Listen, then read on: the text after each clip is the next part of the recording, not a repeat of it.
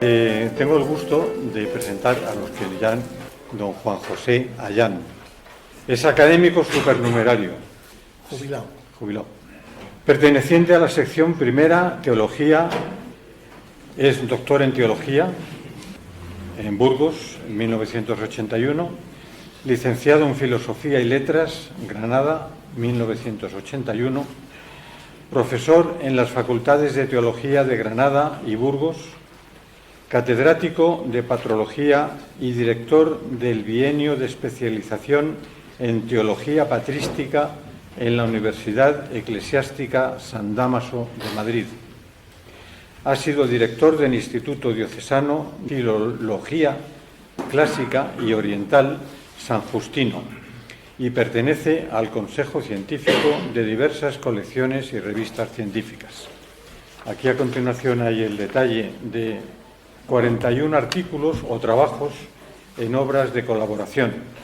Un hombre prolífico y un hombre realmente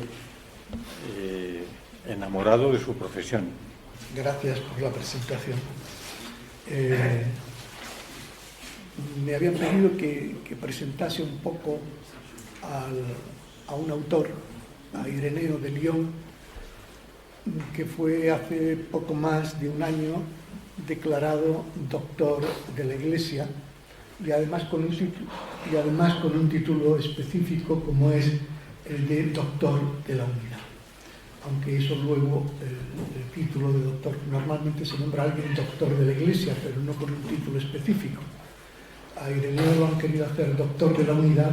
A mí me hubiese gustado más, y así lo pedí cuando me pidieron información al respecto, que fuese doctor de la comunión, que me gusta más que la unidad, pero ha salido así, doctor de la unidad, porque en un primer momento lo que pretendía el cardenal Barbarán, entonces arzobispo de Lyon, hoy arzobispo emérito, era que esa declaración la asumiese también las comunidades protestantes y las comunidades ortodoxas. Es decir, que fuese declarado doctor de la Iglesia por todos los cristianos, católicos, protestantes, ortodoxos. Eso tenía que ser algo que lo asumiese también el Papa Francisco, y el Papa Francisco entrar, yo siempre lo vi como algo utópico, es decir, personalmente. La teología de Ireneo cuadra muy poco a veces con la teología protestante, por ejemplo, de la Eucaristía misma, o sobre otros temas, o sobre el ministerio. Era difícil que las comunidades protestantes, a su vez, tan faltas de unión entre ellas, asumiesen ese criterio. Presento un poco a este San Ireneo. No es mucho lo que conocemos sobre su vida. Los escasos datos que tenemos proceden de sus propias obras, que han llegado muy pocas hasta nosotros, en realidad solo 2. O bien las noticias vienen a través de Eusebio de Cesarea, que también nos ha transmitido trozos de sus obras perdidas. Alguno de ellos lo leeremos. Sobre su familia nada sabemos. Todo hace pensar que nació entre el 115 y el 142. Tienden a colocar su nacimiento. Nació en Esmirna. Esmirna nos situamos en lo que se conoce como, en aquel momento, el Asia Menor, es decir, la actual Turquía. Esmirna la tenemos situada entre Pérgamo y Éfeso, en la costa del mar Egeo. Era una gran ciudad en aquel momento, una ciudad muy importante, de unos 100.000 habitantes, muy favorecida, por ejemplo, por el emperador Adriano, donde en el siglo II, en la época que vive Ireneo, allí se dan cita grandes intelectuales como Teón de Esmirna, filósofo, Polemón de la Odisea, el médico Galeno de Pérgamo. Hoy todavía seguimos ya diciendo a los médicos los galenos, en atención al gran médico que era Galeno de Pérgamo. Galeno de Pérgamo es coetáneo de Ireneo en la ciudad de Esmirna. Esmirna es una ciudad que fue muy pronto evangelizada. Está al lado de Éfeso. probablemente Pablo pudo pasar por allí o durante el tiempo en que estuvo en Éfeso. Esmirna es una de las 7 iglesias del Apocalipsis. Esmirna es una ciudad por la que pasa San Ignacio de Antioquía, camino del martirio.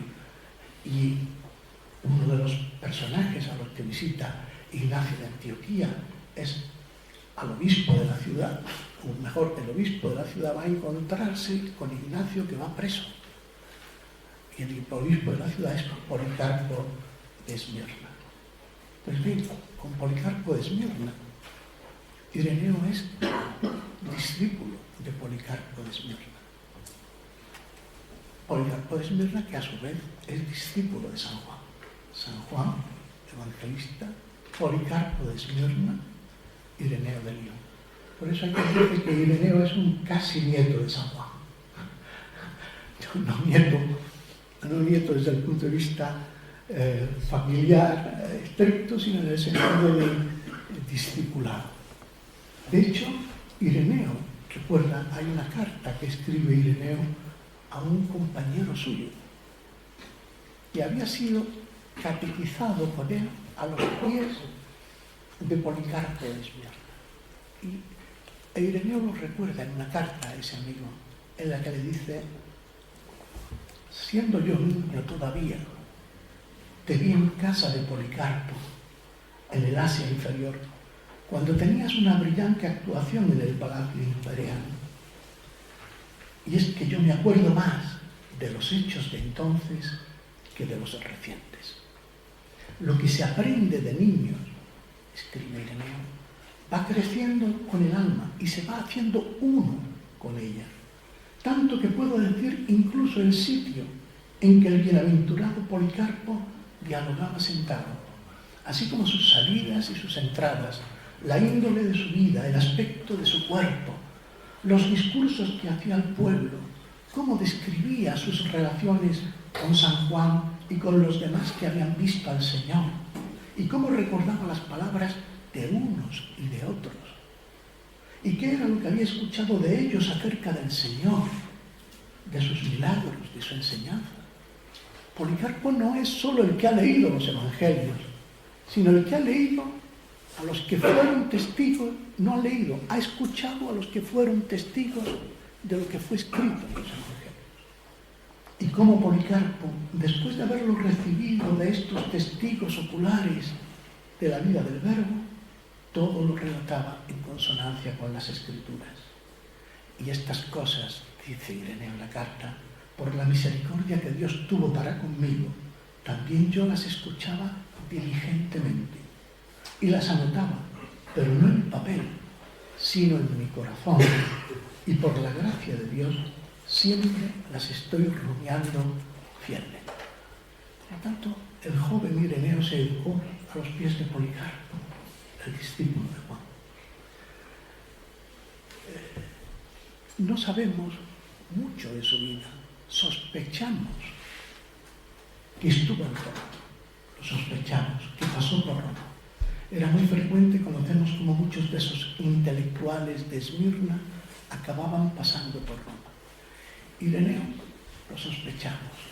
Probablemente en Roma él tiene muy buen conocimiento de lo que pasa en la iglesia de Roma.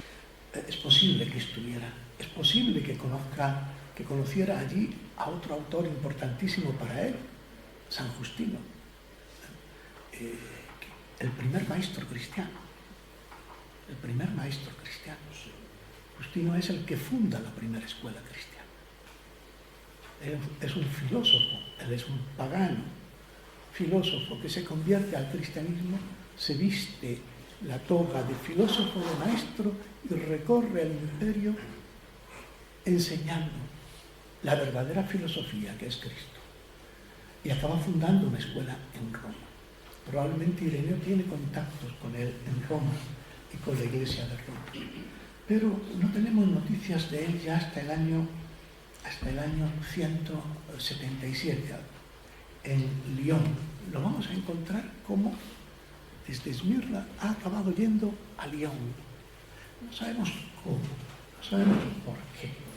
Sabemos que las inscripciones que hay en Lyon delatan una fuerte presencia de cristianos procedentes del Asia Menor.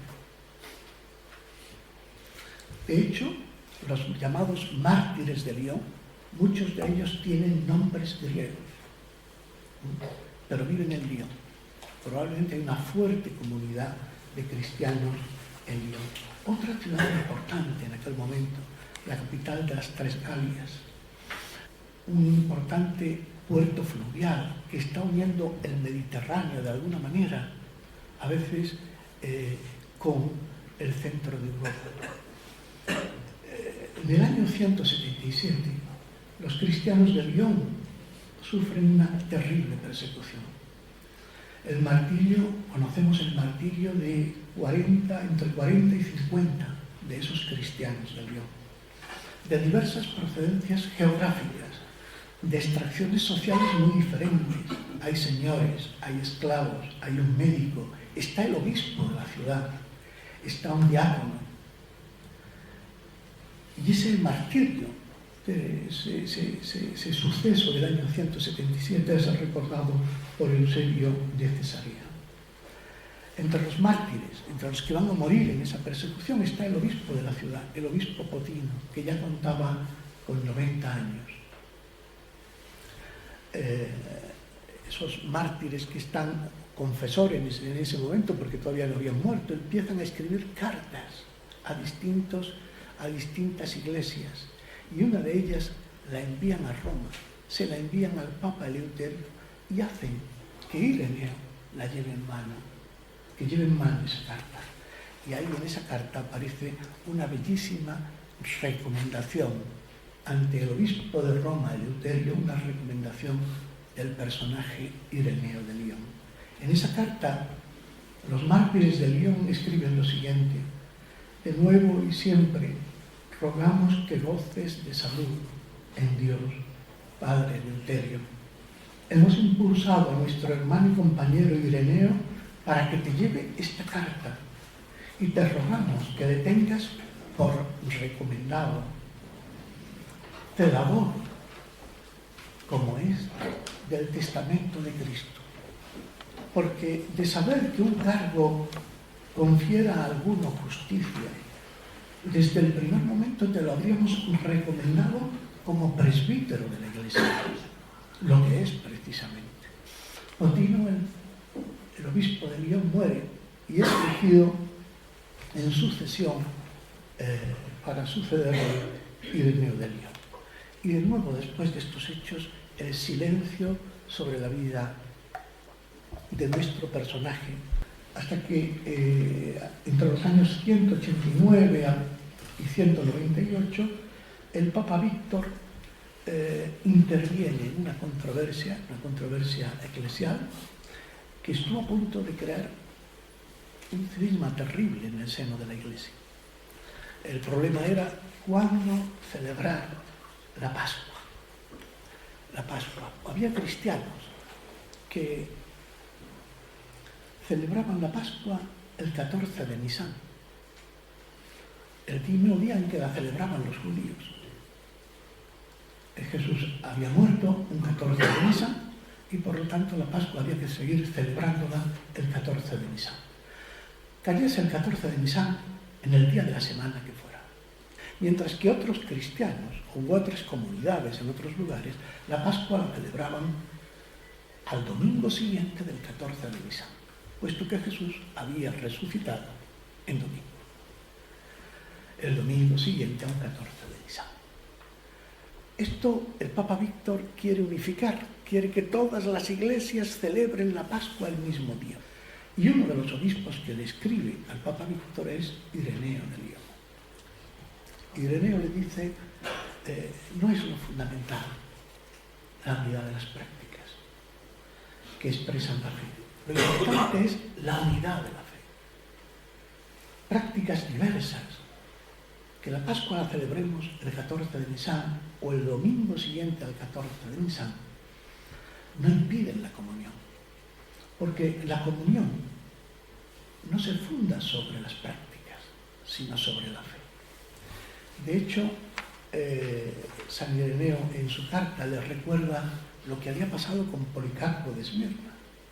Policarpo de Esmirna, su maestro, el que lo había educado, había acudido en un cierto tiempo a Roma a encontrarse con el obispo de Roma, Aniceto. Trataron diversos asuntos, y entre ellos también el de la fecha que hay que celebrar la Pascua. Y no se pusieron de acuerdo Policarpo de Esmirna y el obispo de Roma, Aniceto, no se pusieron de acuerdo. Dice, ni Aniceto podía convencer a Policarpo de no observar el día, ni tampoco Policarpo convenció a Aniceto de observarlo. Dice Ireneo, y a pesar de estar así las cosas, mutuamente mantenían la comunión entre sí.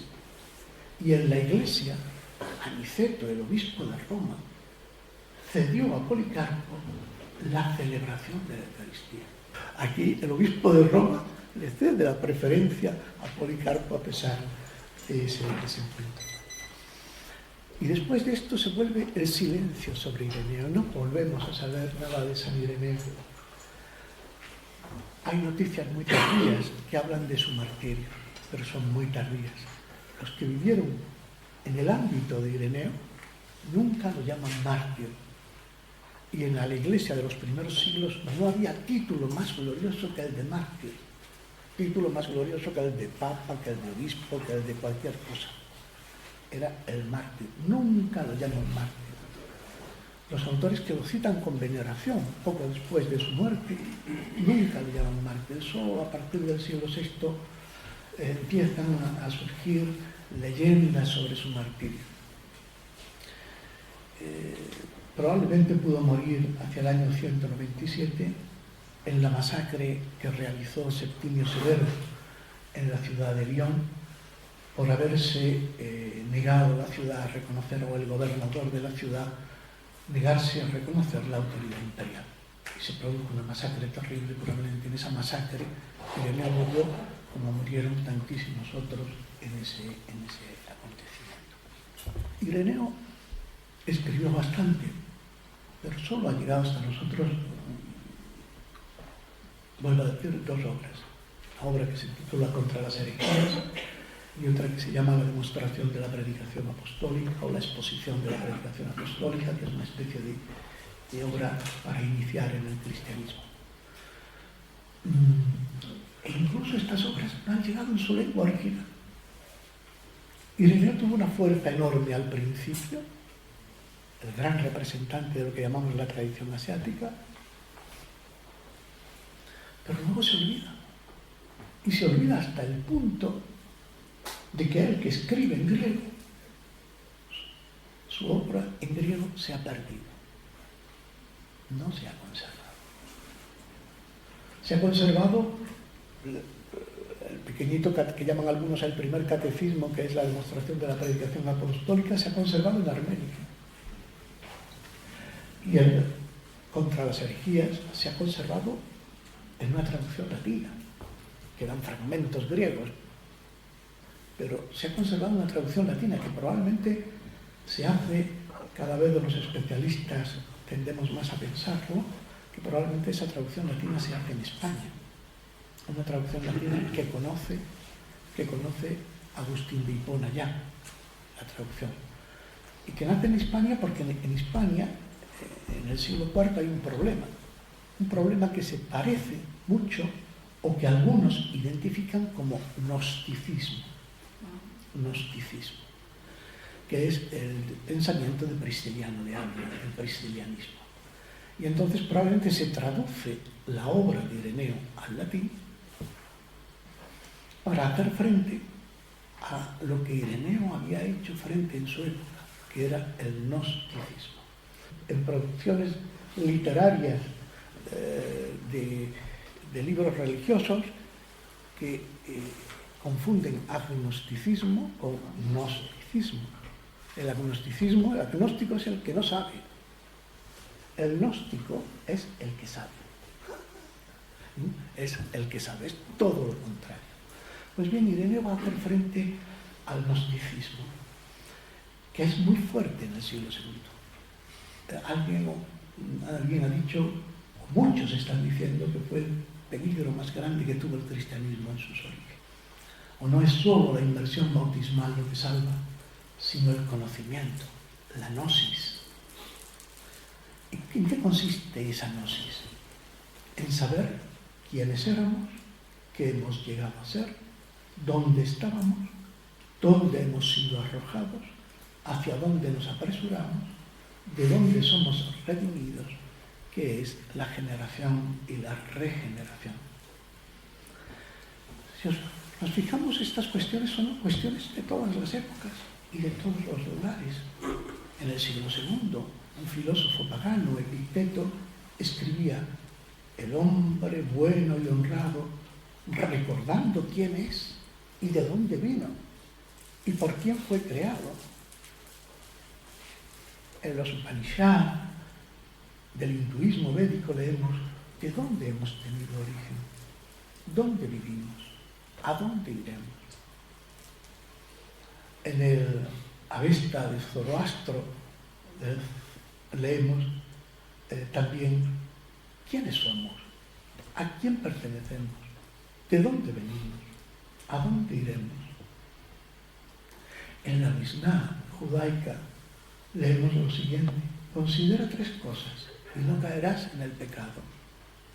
Has de saber de dónde vienes, a dónde vas, ante quién tendrás que rendir cuentas.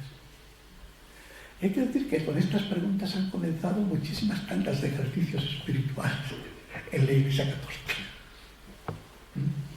Pues bien, ¿qué pretendía el gnosticismo? Responder a estas cuestiones. Pero ¿cómo responde a estas cuestiones el gnosticismo? El gnóstico es alguien que se siente mal en este mundo, que no se siente a gusto en este mundo, que no se siente que este mundo le fastidia, no le gusta. Y ese sentimiento le hace tener un sentimiento en este mundo de extranjería, de extrañamiento, hasta llegar a decir: yo no soy de aquí, yo no pertenezco a esta creación, que es una creación malévola y demoníaca. Yo pertenezco a otro sitio. Y esa situación de extrañamiento en este mundo, en esta creación, hasta el punto de que este mundo no ha podido ser hecho por el Dios Supremo, sino por un Dios inferior, por un demiurgo inferior. A la vez, el gnóstico se siente no solo extraño, sino superior. Tiene un sentimiento de superioridad, de excelencia. Se siente extraño a este mundo porque él se siente que pertenece a un mundo superior, a un mundo que es el mundo de Dios. Yo soy divino. El gnóstico se siente divino. En él hay algo de divinidad que choca además con su propia corporalidad, con la materialidad del mundo, con la injusticia que se percibe en la creación, o que ellos perciben en la creación. Y él quiere salir de este mundo. No le gusta este mundo. El gnóstico, la fe no le va. Él sabe que es divino y que volverá al mundo de lo divino. Entonces el gnóstico no cree, sabe. Es alguien que sabe, él no tiene por qué creer. Y en el momento en que ha tomado conciencia de lo que es, a eso él lo llama resurrección. ¿Por qué uno quiere resucitar con cuerpo? El cuerpo es algo despreciable. Lo material es despreciable. Él es del mundo del espíritu. A ellos el martirio no les va. El martirio es provocar que alguien peque, matándote. Para ellos lo importante es el martirio de la conciencia. Todo se espiritualiza. Hay una aversión a la materia, a lo material, a la corporalidad. Y esto que caiga, se van a dar dos corrientes dentro de estos movimientos gnósticos. Yo estoy tratando de dar con lo que puede acomunar a todos. Luego cada uno tiene sus características, porque las sectas, decía San Ireneo, crecen como los hongos por todas partes. Y esta aversión a la materia les hace caer o bien en el ascetismo, puesto que el cuerpo es malo, puesto que el cuerpo es mi cárcel, puesto que la corporalidad es una cárcel, lo que hay que hacer es castigar a lo que es malo. Ese ascetismo tiene muy poco de cristiano, es gnóstico e incluso pagano. El ascetismo no se trata de castigar la corporalidad, sino de ser obediente a lo que el espíritu pida en cada momento. Y otros se dieron al libertinaje por la misma, puesto que el cuerpo es algo que no es mío, que no forma parte de mi ser, porque lo mío es lo divino que hay en mí. Pues se daban al libertinaje. Lo que pasa en el cuerpo no tiene importancia. Y se caía en un libertinaje de todo tipo, incluido el sexual, evidentemente. Incluso haciéndolo en algunas sectas, formando parte de sus rituales y de sus formas. Y en esto coincidían con el paganismo, en cierta manera. El hombre verdadero, el hombre de verdad, el hombre auténtico, está atrapado en una corporalidad material. Pero el hombre verdadero se siente ajeno a esta corporalidad. En este momento tiene mucha importancia el platonismo medio, lo que se conoce como platonismo medio. Y toda esta aversión, por decirlo así, a lo material, va a entrar luego en la teología alejandrina. Bien, ante este reto, Ireneo va a desarrollar una teología preciosa sobre la creación. Sobre la creación como obra de Dios, como una creación que está siendo todavía, que no está acabada. Dios sigue, Dios nos está creando continuamente. Y nos están creando las manos de Dios, que son el Hijo y el Espíritu Santo, que están llevando adelante la creación. La teología de Ireneo diciendo: la creación no fue hecha sin pensar en Cristo. Desde el primer momento estaba destinada a Cristo. Esa teología iba a poner en alza a la creación misma, a la corporalidad del hombre. Y con ello iba a estar muy ligada la teología que Ireneo desarrollará sobre la creación, sobre la Eucaristía. Ireneo tiene una preciosa teología eucarística. He traído, yo daría ahora algunos retazos, traigo un libro fruto de una tesis doctoral que yo dirigí a un sacerdote catalán, Joaquín Blas Pastor. La tesis se titula Gustando a Dios. Es un libro sobre la Eucaristía, el Ireneo, Gustando a Dios. Está muy bien escrita porque es fruto de una tesis. Se puede leer y se puede leer con gusto. Se puede rezar con ella, perfectamente. Bien, vamos a ver cómo Ireneo liga Eucaristía y creación. Y ve en la Eucaristía lo que no veían los gnósticos a propósito de la creación. En la Eucaristía, dice Ireneo, el hombre se acerca a la mesa del altar y presenta al Creador aquello que el Creador previamente le ha dado. Y le presenta eso no porque Dios esté necesitado de esas cosas, sino que se lo presenta a Dios como acción de gracias, como Eucaristía. es lo que significa acción de gracias, por lo que el Creador ha otorgado al hombre. Un hombre, Dios no tiene necesidad de nada, el que tiene necesidad siempre es el hombre. El hombre es el que está necesitado de Dios. Dios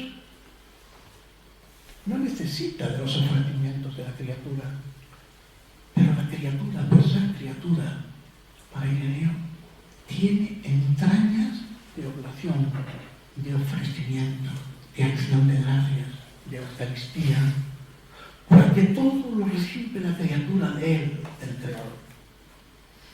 Y la criatura desagradecida es una criatura sin entrañas de acción de gracias, sin entrañas de Eucaristía. Cuando eso ocurre, la criatura está atentando contra lo más hondo de su ser. El hombre debiera ofrecerle a Dios todo lo que ha recibido de Él. Pero como en la mesa del altar no podemos poner todo lo que hemos recibido, ponemos al menos las primicias de la creación, el pan y el vino. Pero internamente hay que ponerlo todo lo que somos, todo lo que hemos recibido. Quien lea a Ireneo de Lyon verá que en nuestras Eucaristías el ofertorio a veces pasa prácticamente desapercibido. Casi no nos damos cuenta. Ireneo dice que Ireneo le da una fuerza enorme. Es la criatura que pone todo en las manos de Dios. Si el hombre no quiere permanecer desagradecido, si el hombre no quiere ser estéril, ha de poner en manos del Creador lo que recibió de Él. Y ese fue el consejo de Jesús en el cenáculo, mostrándolo con sus propios gestos. Escribe Ireneo: a sus mismos discípulos les aconsejaba que ofrecieran a Dios las primicias de sus criaturas, no como indigente, no porque estuviese necesitado, sino para que los discípulos no fueran estériles y desagradecidos. Tomó pues el pan venido de la creación. Fijaros la importancia que le está dando a todo el tema de la creación un Ireneo frente a los círculos gnósticos. Y dio gracias diciendo: esto es mi cuerpo. Parecidamente al cáliz que proviene también de la creación nuestra. Lo confesó sangre suya e instituyó la nueva oblación del Nuevo Testamento. La Iglesia recibe esta nueva ofrenda de los apóstoles y se la ofrece a Dios en el universo mundo, al Dios creador que nos otorga los alimentos como primicias de sus dones. Es cierto que Jesús había dicho que los adoradores del Nuevo Testamento adorarían al Padre en espíritu. Pero en el cenáculo puso de manifiesto que la adoración en espíritu,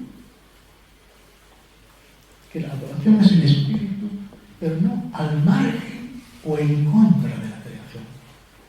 Aquella noche, en el momento en que iba a instituir la ofrenda o sacrificio del Nuevo Testamento, Jesús toma criaturas materiales, pan y vino. Y eso fue una manera de aconsejar a los discípulos que ofrecieran a Dios las primicias de la creación. No basta ofrecerse individual y espiritualmente. Es necesario también ofrecer las primicias de la creación, con lo que el creyente hace a toda la creación solidaria de su ofrenda. Aquella noche en el cenáculo, Jesús no se limitó a instituir una ofrenda sensible de pan y vino, primicias del mundo material. La gran novedad venía de lo que hizo y mandó hacer a sus discípulos. Jesús tomó el pan, dio gracias, pero no se limitó a decir: he aquí la primicia del pan como signo de agradecimiento a los bienes que tú, oh Dios, nos ofreces en la creación. Dijo: esto es mi cuerpo. Y lo mismo sobre el cáliz. Y de esta manera, el poder de la palabra de Jesús hacen del pan y del vino cuerpo y sangre de Cristo. El pan, dice Ireneo, venido de la tierra, en recibiendo la invocación de Dios. La epíclesis ya no es pan común, sino Eucaristía, cuerpo y sangre de Cristo. Y aquí tenemos, que podríamos llamar, la doble trayectoria de la Eucaristía. El hombre con actitud eucarística presenta el pan y el vino venidos de la tierra. La invocación de Dios procedente del cielo da lugar al cuerpo y a la sangre de Cristo, a una Eucaristía, a una acción de gracias calificadísima. Quienes habían comenzado dando gracias por las primicias de la creación, acaban dando gracias por el cuerpo y la sangre de Cristo. Y esto es lo propio de la oblación del Nuevo Testamento que la Iglesia ha recibido de los apóstoles. La Iglesia no entona solamente una acción de gracias por la creación, sino por la humanidad de Cristo, por su carne y por su sangre. Esa carne y esa sangre de Jesús en la que la creación ha llegado a plenitud. En el más acabado de los abrazos salvadores, cuando Jesús resucitado. El manjar de la Eucaristía es llamado pan de inmortalidad, porque ya desde ahora va nutriendo al hombre para la salvación definitiva, cuando tenga lugar la resurrección. Yo me atrevería a decir que a Ireneo no le costaría decir que cuando comemos la Eucaristía, comemos su resurrección. Así como el pan venido de la tierra, en recibiendo la invocación de Dios, ya no es pan común sino Eucaristía, y consta de dos cosas, terrena, pan y celeste, la invocación del Espíritu. Así también nuestros cuerpos, al participar de la Eucaristía, ya no son corruptibles con la esperanza de la resurrección. Frente a aquel mundo que quería liberarse de la corporalidad, de la maldad que hay en el cuerpo, Ireneo, desde la misma Eucaristía, quiere salir al paso de esas doctrinas gnósticas. Pero el pan terreno, el paso del pan terreno a la Eucaristía, no termina solo en una oblación agradable a Dios, sino que termina en un manjar sui generis. Se trata de un manjar humanamente asequible para alimento del hombre, pero con eficacia divina. Por venir de la tierra puede nutrir al hombre terreno, y por venir del cielo, de Dios, puede nutrir de Dios al hombre. Se trata de un manjar que es capaz de ir conduciendo a la creación, a la criatura, a su plenitud. Que Cristo sea todo en todas las cosas. Y para ello Cristo se vale de la creación, de sus criaturas, del pan y vino eucaristizados, para nutrir y hacer crecer con ellos al creyente. San Ireneo hace hincapié muy fuerte en que la salvación está destinada a todo el hombre, a su cuerpo y a su alma. Y una prueba para él fortísima de que Cristo ha venido a salvar al hombre entero es la Eucaristía, que es comunión con su sangre y comunión con su cuerpo. Y es que el Señor no solo quiso redimirnos con su carne, con su sangre, sino también alimentarnos como miembros suyos. Porque Él quiere hacer a toda la Iglesia a imagen de su humanidad gloriosa, partícipe de su vida eterna, de su incorruptibilidad. San Pablo había enseñado: nadie aborreció jamás su propia carne. Antes bien, la alimenta y la cuida con cariño, lo mismo que Cristo a la Iglesia, pues somos miembros de su cuerpo. Ese texto se hace mucho más fuerte en la lectura de Ireneo, porque la completa con Génesis 2:23, lectura que se difundió ampliamente entre los padres de la Iglesia. Pues somos miembros suyos, venidos de su carne y de sus huesos. Los creyentes pueden ser miembros del cuerpo de Cristo, venidos de su carne y de sus huesos, por la acción del Espíritu que alimenta al creyente con el cáliz de la sangre de Cristo y con el pan que es el cuerpo de Cristo. Dios podría haber conferido el Espíritu por otros medios, pero quiso hacerlo de una manera adecuada a la condición humana y criatural de los hombres. Tomó el pan, tomó el vino, mediante los cuales nos otorga el Espíritu que nos configura como cuerpo suyo, ya que somos miembros de Él y nos nutrimos mediante la creación. El cáliz tomado de la creación lo proclamó sangre suya, con la que riega nuestra sangre, y el pan venido de la creación lo ratificó cuerpo suyo, con el que medran nuestros cuerpos. El creyente come la carne de Cristo y bebe su sangre para crecer no en masa corpórea, sino para crecer en vigor y vida propios de Dios, para crecer en la plenitud de la humanidad gloriosa de Cristo. La Eucaristía pone nuestro ser en contacto con la encarnación, pone nuestra carne en contacto con la carne de Cristo, para que la carne de Cristo comunique su espíritu a nuestra carne. El espíritu que se nos da en la Eucaristía es el espíritu que vivió en la humanidad de Jesús, el espíritu que culminó a Jesús, que nos llevó a plenitud. Ese es el espíritu que nosotros recibimos. Hay una frase que decía un teólogo que a mí me gusta mucho: por eso el espíritu nos trae los aromas de la carne de Jesús, nos trae el buen olor de Cristo. Cuando escribe el obispo de Lyon, cuando el cáliz mezclado y el pan hecho dan cabida a la palabra de Dios, sangre y cuerpo de Cristo, de que medra y se consolida la sustancia de nuestra carne. ¿Cómo decir que la carne es incapaz del don de Dios, a saber, de vida eterna? Una carne alimentada con la sangre y cuerpo de Cristo, miembro de la suya. Ahí el riquísimo dinamismo de la Eucaristía. El vino y el pan materiales, en virtud de la palabra de Dios, en virtud de la invocación de Dios, se eucaristizan en la sangre y cuerpo de Cristo.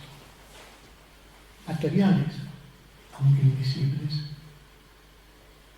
Ese pan es el cuerpo de Cristo, ese vino es la sangre de Cristo.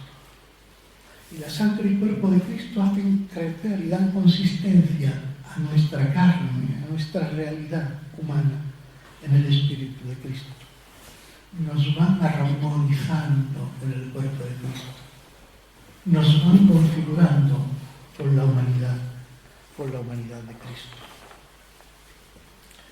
En la Eucaristía culmina, en cierto modo, la plenitud de la creación. Mediante la Eucaristía, la criatura humana va siendo conducida a plenitud. Así como escribe Ireneo, así como la planta de la vid, metida en la tierra, da fruto a su tiempo, y el grano de trigo, caído en tierra y deshecho, se levanta múltiple merced al Espíritu de Dios que a todo da cohesión, y pasa luego mediante la sabiduría a uso de los hombres, y dando cabida a la palabra de Dios se vuelve en Eucaristía, a saber, cuerpo y sangre de Cristo, así también nuestros cuerpos, alimentados por ella y enterrados y disueltos en tierra, se levantarán en su tiempo con el despertar, que graciosamente les otorgue el Verbo de Dios para gloria de Dios Padre. Desde la creación a la Eucaristía se observa todo un proceso. La vid y el grano de trigo se entierran y mueren y resucitan en racimos de uvas y espigas gracias al Espíritu providente de Dios. Luego, mediante su providencia, que gobierna el trabajo de los hombres, los racimos de uva y las espigas se convierten en vino y pan. Y finalmente, por la epíclesis, invocación y presencia del Espíritu del resucitado, el pan y el vino pasan a ser cuerpo y sangre de Cristo. Esa misma Eucaristía, que delata todo un proceso que va desde la humilde carne nacida de María a la carne gloriosa del resucitado, está destinada a generar un proceso por el que el hombre resucitará un día. Ahora, alimentado con la Eucaristía, será enterrado, se disolverá en la tierra hasta que resucite en toda su realidad humana, resplandezca con la gloria de Cristo resucitado.